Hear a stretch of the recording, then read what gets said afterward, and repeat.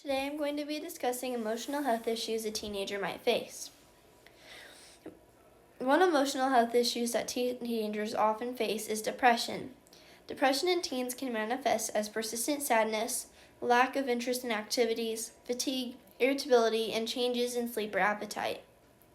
Teens struggling with depression may withdraw from social situations, experience difficulty concentrating, or even have thoughts of self-harm or suicide. Another emotional health issue is peer pressure, which occurs when a teen feels compelled to conform into behaviors, beliefs, or attitudes of their friends or social group, even if it goes against their own values. This can lead to risky behaviors like drug or alcohol use, bullying, or engaging in activities they are just uncomfortable with, causing anxiety, guilt, and loss of self-identity.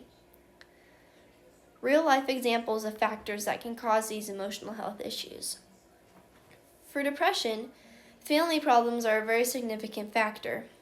A teen whose parents are going through a divorce or is dealing with financial instability at home might feel a sense of hopelessness and helplessness, contributing to that depression. Additionally, academic pressure can play a role. When a teen struggles with schoolwork or feels that they are not meeting expectations, the stress and self-doubt can spiral down to those depressive feelings. Peer pressure can arise from social media. With constant exposure to carefully curated images and lifestyles, teens may feel pressured to present that perfect life or engage in behaviors they otherwise wouldn't, such as unhealthy dieting, substance use. Furthermore, friendship dynamics can influence peer pressure. For example, if a teen feels that their friends are engaging in risky activities, they may feel forced to do the same in order to belong, even if it feels wrong. Steps to the decision-making process. The decision-making process consists of several steps that help an individual make a thoughtful and informed choice. First, identify the decision that they need to make. This means clearly recognizing the problem or choice at hand. Next, gather information to understand the situation better, which can involve seeking advice from the trusted people, researching options, or reflecting on past experiences. Once you have the information, identify alternatives, meaning you should consider all the possible options available in order to solve the problem or address the decision. After that, weigh the evidence by looking at the pros and cons of each option, assessing how each choice aligns with your goals and values.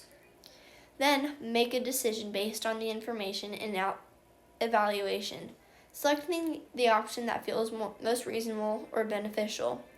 Following this, take action by implementing your decision, making sure to follow through with the necessary steps.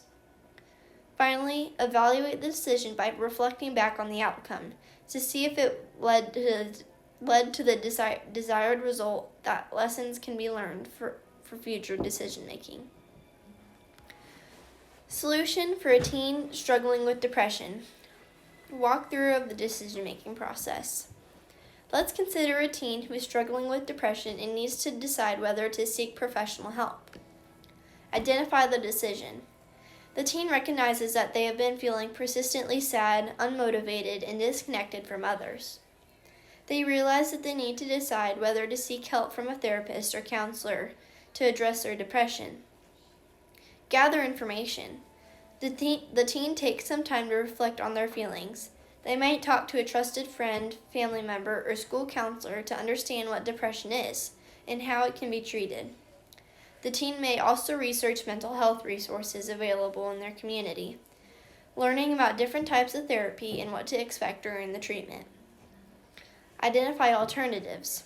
The teen considers their options. Option 1, seek professional help, such as seeing a therapist or counselor. Option 2, talk to a trusted adult for emotional support. Option 3, try to manage the depression on their own through self-care strategies like exercise, journaling, and meditation. Weigh the evidence. The teen evaluates the pros and cons of each option. Seeking professional help can provide expert guidance and coping strategies, but it might feel intimidating or expensive. Talking to a trusted adult can provide emotional support, but might not address the underlying causes of the depression.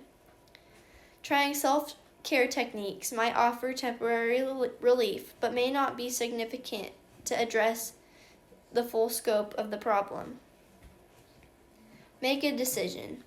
The teen decides that seeking professional help is the best option. They recognize that therapy can offer them tools to better understand their depression and develop healthy coping mechanisms. Take action. The teen takes the steps to reach out to the therapist or counselor.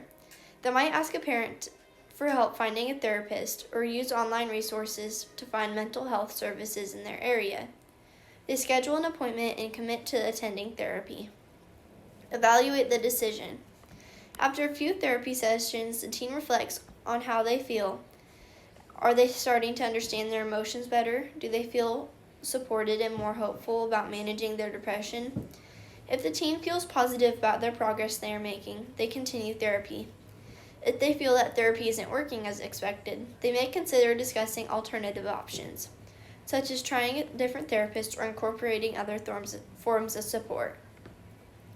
Through the decision-making process, the teen proactively addresses their depression by seeking the appropriate professional help, taking control of their mental health, and following through with the plan to improve their well-being.